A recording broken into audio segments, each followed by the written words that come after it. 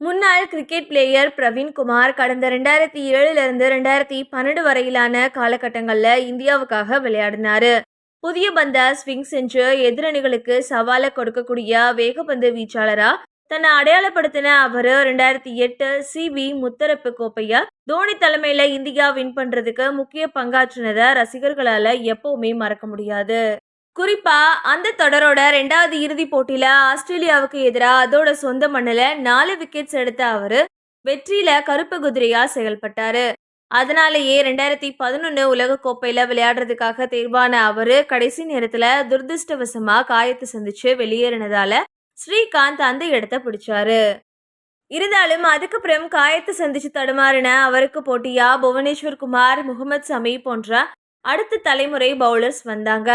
இன்னொரு பக்கம் ஐபிஎல் தொடர்லையும் பெரிய தாக்கத்தை ஏற்படுத்த முடியாம தடுமாறின பிரவீன்குமார் 2018ல ஓய்வு பெற்று தற்போது கிரிக்கெட்ல இருந்து வெகு தூரம் போயிட்டார் அப்படின்னே சொல்லலாம். அந்த வகையில தன்னோட கெரியரோட பெரும்பாலான போட்டிகளை மகத்தான கேப்டனா போற்றப்படுற தோனியோட தலைமையில பிரவீன்குமார் விளையாடினாரு.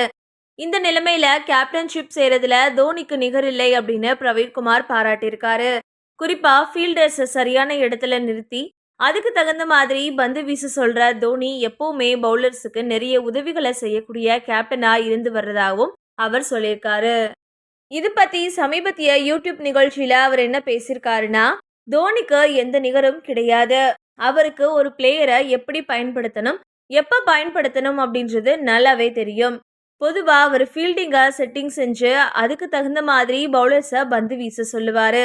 அதுதான் ஒரு நல்ல கேப்டனுக்கு அடையாளம்னு நினைக்கிறேன். அவர் ஃபீல்டிங் செட்டிங் செஞ்சுட்டு தான் அதுக்கப்புறம் பந்த பவுலர்ஸ் கிட்ட கொடுத்து வீச சொல்லுவாரு. அதனால எப்படி பந்து வீசணும் அப்படின்றத பவுலர்ஸுக்கு நல்லாவே தெரியும். சில நேரங்கள்ல நீங்க கேப்டன் கிட்ட தேவையானதை சொல்ல முடியும். எடுத்துக்காட்டா எத்தனை ஸ்லீப் வேணும், எந்த இடத்துல நிக்கணும், பிச் செஞ்சு பின்னாடி பந்து எவ்வளவு ஸ்விங் ஆகுது அப்படின்றத பொறுத்து பவுலர்கள் தான் அறிவாங்க.